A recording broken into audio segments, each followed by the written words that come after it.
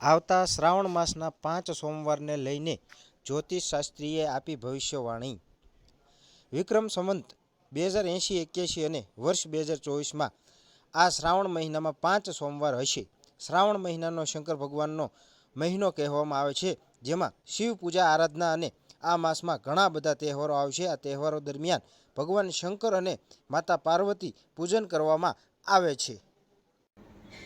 નમસ્કાર, હું ડોક્ટર કૌશલ્યા દેસાઈ, ગ્રાફોલોજિસ્ટ, ભાવનગરથી. ફરી આપણે શ્રાવણ મહિનો આવી રહ્યો છે. આપણે જોઈએ કે 2024ની અંદર અને વિક્રમ સંવત 2080-81માં આ શ્રાવણ મહિનો બહુ પુણ્યનો શ્રાવણ મહિનો હોય છે. આપણે એમ કહીએ છીએ આ શ્રાવણ મહિનામાં 5 અઠવાડિયા આવશે.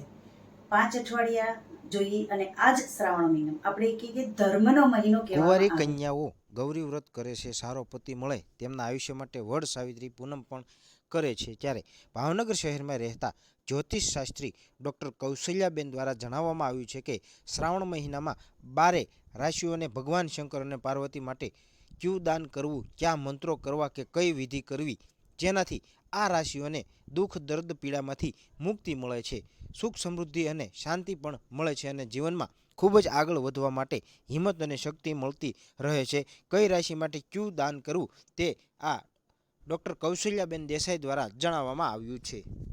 અથવા તો દાન કરીને પણ આપણે એનો સંપૂર્ણ લાભ લઈ શકીએ છીએ. ક્યારે પણ કોઈ વસ્તુ આપણી જે કરેલી છે એ વસ્તુ નિષ્ફળ નથી જતી, તો આપણે એને સફળ કરવા માટે શું કરશું? સૌપ્રથમ શ્રાવણ મહિનામાં આપણે જોશું કે 12 રાશિઓને શું દાન કરવું, કઈ પૂજા કરવી અને શેનાથી આર્થિક માનસિક શાંતિ પણ આપણને એનાથી મળતી રહેશે. તો સૌપ્રથમ જોઈએ કે મેષ રાશિ વાળા વ્યક્તિઓએ આ વર્ષે શ્રાવણ મહિનાની અંદર દર સોમવારે શંકર ભગવાનની, મહાદેવની પૂજા કરવાની રહેશે અને સાથે એમને પીળા વસ્ત્રો, ગોળ, ઘઉં અને એક તાંબાની વસ્તુ દાન કરવાની રહેશે. આમ કરવાથી તેમને આર્થિક સુખ સમૃદ્ધિ વધારે મળશે અને એમ જોઈએ કે એ લોકોને આ વર્ષે આર્થિક યોગ વધુ સારો છે, તો એમાં સંપૂર્ણપણે એ લાભ પણ લઈ શકે છે.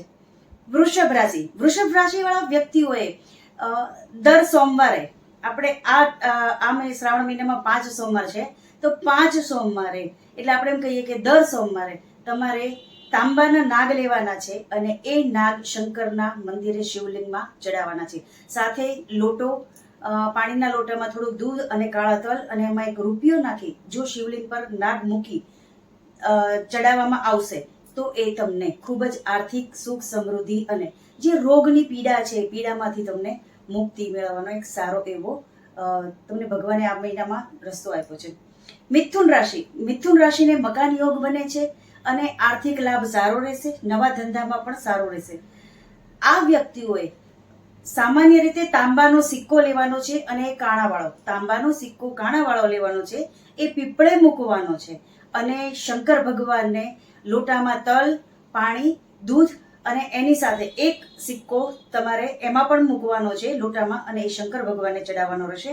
બને તો તમારે આખા શ્રાવણ મહિનામાં ક્યારે પણ 1 ચાંદીનો નાગ જે આવે છે એ દાન કરવાનો રહેશે, જેનેથી તમારે આ વર્ષની જે બધી જે આર્થિક સ્થિતિ છે એ ખૂબ સારી જોવા મળશે અને શારીરિક પીડાઓમાંથી, જૂની જે શારીરિક પીડાઓ છે તેમાંથી મુક્તિ મળશે. કર્ક રાશિના વ્યક્તિઓએ કહીએ કે સુખ દુઃખ બંને જેને જોવાનું છે એ લોકો માટે 1 તાંબાનો કળશ અથવા તો 1 કાંસાની વાટકી આ વર્ષે દાન કરવાની રહેશે અને એ કળશ અથવા તો વાટકીમાં કાળા તલ અને અડદ બંને વસ્તુ ચડાવવાના રહેશે અને 1.25 રૂપિયો ચડાવવાનો રહેશે અથવા તો 11 રૂપિયા તમારે ચડાવવાના રહેશે. સિંહ રાશિના વ્યક્તિઓએ સામાન્ય રીતે તાંબાનો લોટો લેવાનો છે અને એ તાંબાની સાથે 1 તાંબાની વાટકી અને 1 દીવો કોઈ પણ બ્રાહ્મણને દાન દેવાનો રહેશે અને 1.25 કિલો ચોખા, એમાં 1 રૂપિયો અને 1 થોડું કંકુ પણ તમારે દેવાનું રહેશે. જેનાથી કોઈ પણ પ્રકારની સમસ્યા જ્યારે આવશે ત્યારે તે સમસ્યામાંથી સરળતાથી તમને મુક્તિ મળી રહેશે. કન્યા રાશિના વ્યક્તિઓએ રુદ્રાક્ષની માળા જો થાય તો ધારણ કરવાની છે. 1 રુદ્રાક્ષની માળા અને સામાન્ય રીતે એક તાંબાની તાસડી અથવા તો એક થાળી તમારે દાન કરવાની રહેશે. એક વસ્તુ બ્રાહ્મણને આપો અને એક મંદિરે મૂકો. તેમાં ચોખા અને કાળા તલ ભરીને તમારે દાન કરવાનું રહેશે, જેનેથી કોઈ પણ સમસ્યા તમારી સમક્ષ હાજર થાય છે, આપણે એમ કહીએ છીએ, તો તેમાંથી તમને ચોક્કસપણે મુક્તિ મળશે. તુલા રાશિ વાળાએ આ વખતે લોખંડનું વાસણ અથવા તો સ્ટીલનું વાસણ તમારે દાન કરવાનું રહેશે અને કાળા કપડાં અથવા પીળા કપડાં, કાળું અને પીળું કપડું બંને તમારે દાન કરવાનું રહેશે.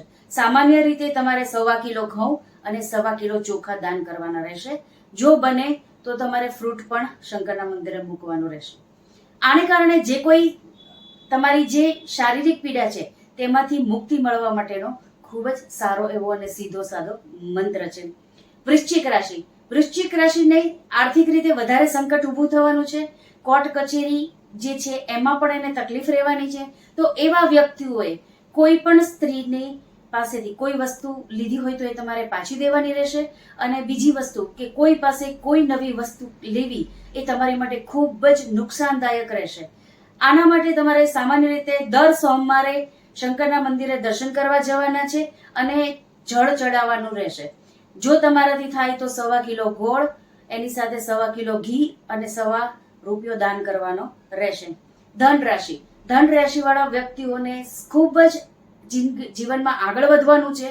તો એ આગળ વધવામાં જે કોઈ અડચણો આવે છે તેની માટે આ શ્રાવણ મહિનામાં ધન રાશિ વાળા વ્યક્તિઓએ એક સ્ટીલનું વાસણ અથવા તો કાંસાની થાળી દાન કરવાની રહેશે. સાથે તમે કાંસાની થાળી સાથે વાટકો ચમચી પણ દાન કરી શકો છો, પરંતુ તેમાં ભરેલું ભાણું દાન કરવાનું રહેશે. તમે એમ કહેશો કે સંપૂર્ણ થાળી છે એ ભરેલા ભાણાની સાથે દાન કરવાની રહેશે, જેનાથી તમને તમારી જે પીડાઓ છે તેમાંથી ચોક્કસપણે મુક્તિ મળતી રહેશે.